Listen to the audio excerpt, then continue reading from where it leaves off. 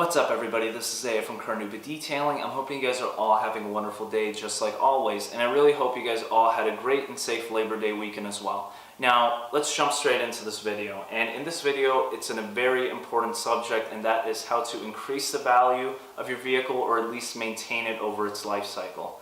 Now, we all know when you purchase a vehicle, a couple years past, the value should decrease, at least on any kind of modern day vehicle. Alright, classics are kind of out of the question because yes, they do have the possibility to increase in value. But I'm going to show you guys a way, a method, a lifestyle in order to actually maybe increase the value of the vehicle after being purchased, or at least maintain it throughout its life cycle. Alright, I'm going to give you a perfect example. The first car I ever bought was a 2006 Saab 9.3 Aero. Alright, nothing special to a lot of people, they're not very sought after, but it was very special to me because I love that car and it's still my favorite car to date. Now, I purchased the car for $4,000 at around 115,000 miles on it, alright? Now, a little over a year and a half later, some mechanical issues, 20,000 plus miles on the car, I was able to sell the car for close to $6,000. Now, what exactly caused that increase in value on my vehicle?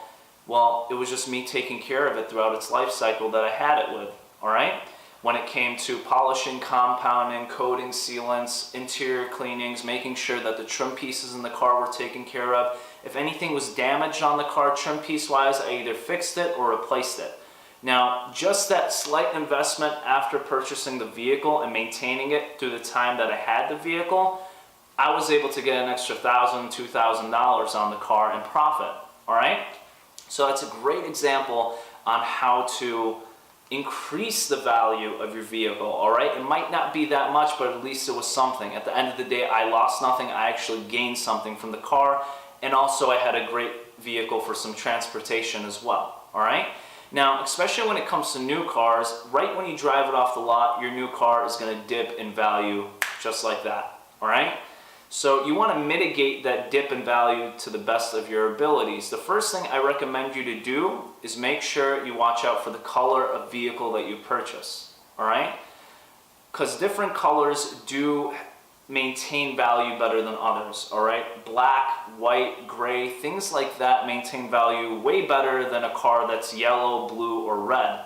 Alright, that's just a fact. You see it on Kelley Blue Book as well. They give you the option for color, and generally speaking, colors that are black, gray, white, solid colors maintain their value a bit better than awkward colors such as red, yellow, blue, and stuff like that, alright? So that's my first tip for you guys if you are purchasing a new vehicle, alright?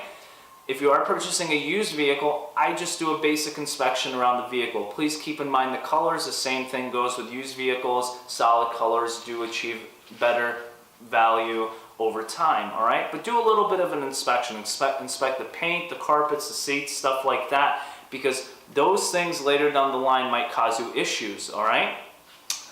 Besides that, guys, if you are buying a new vehicle, please make sure to do an initial detail on the vehicle. I know you have the mentality that, oh, my car is brand new, there's nothing that it needs to be done, and that's the main reason why people buy cars, but that might be true mechanically speaking, but it's not true when it comes to aesthetics of your vehicle, especially regarding the paint, alright? Straight out of the factory, your vehicle is not perfect, alright? There's fingers touching the paint, body panels, things like that, but even more so, the transportation where your vehicle is coming from the manufacturer to the actual dealership is where things go a bit wrong, alright? Iron deposits and contaminants can be lodged into your vehicle's clear coat because it's new and it's still fresh and soft for the most part, alright? And even after that point, your car might have been there for a week on the dealership floor or the dealership lot, or it could have been there for 6 to 7, 8 months, alright? And then that process that they use to take care and maintain those vehicles while they're on the lot might not be up to your standards, alright?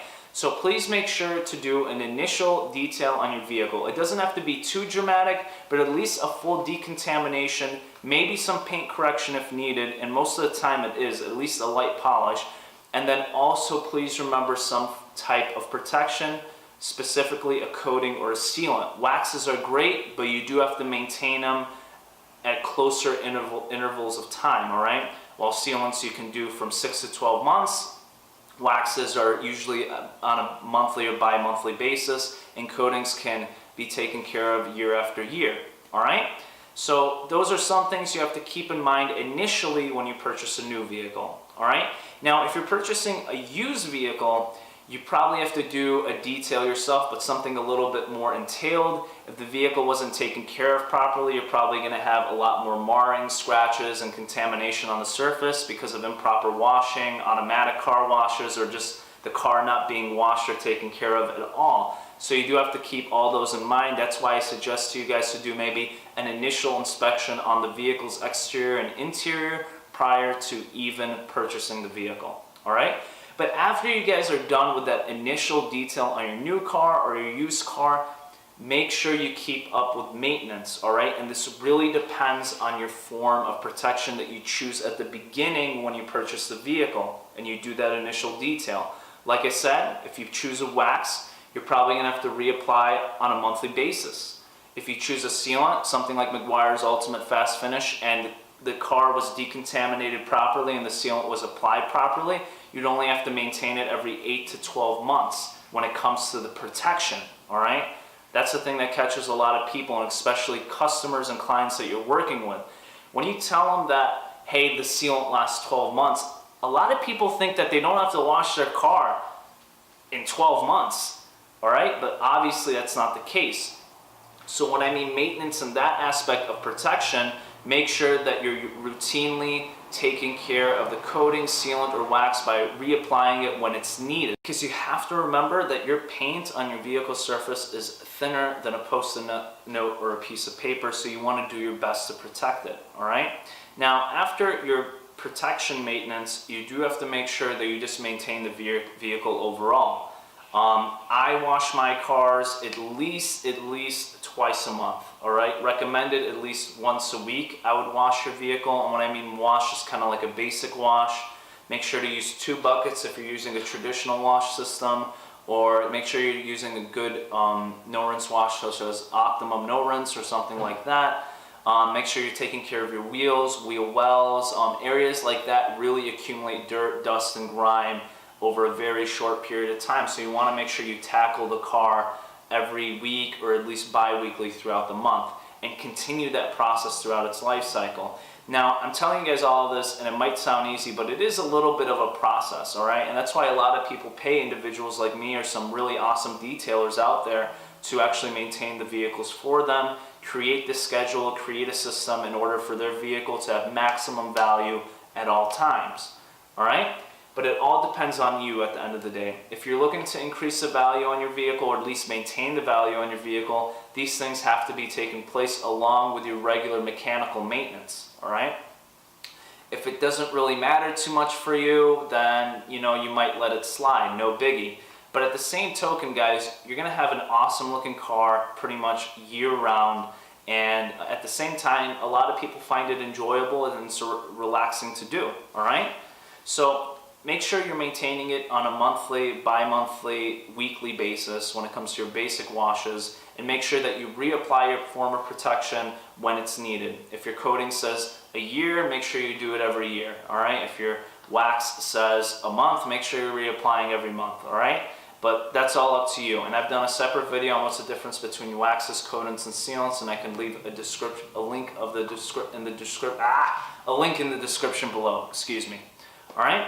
So that's pretty much all I wanted to talk about, all right? I did it for my previous vehicle. When it comes to Saab, I earned a couple $1,000s profit off of it just because, I detailed the car, I maintained it, I washed it every week, and I made sure that I did some light vacuuming on the inside here and there, and it was all set to go, I bought it for 4, sold it for about 6, so, I think that outweighs the time of, just washing your car, which I already enjoy, no biggie.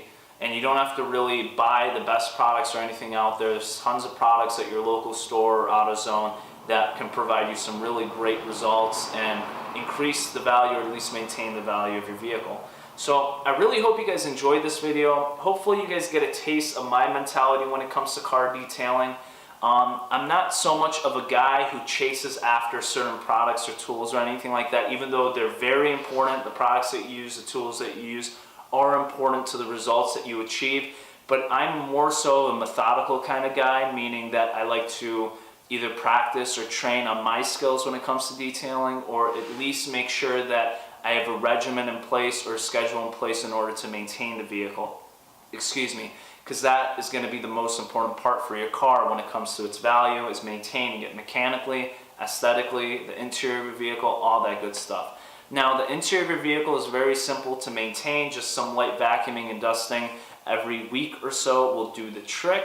I know a lot of people use forms of protection on their dashboard and stuff like that, but new cars nowadays, it's not really necessary because UV rays, the tint of the window and everything are minimal, so it won't damage things such as your dashboard and stuff like that. But if you are looking for a little bit more of a shine or gloss to your dashboard or plastics on your vehicle, go ahead and add your form of protection.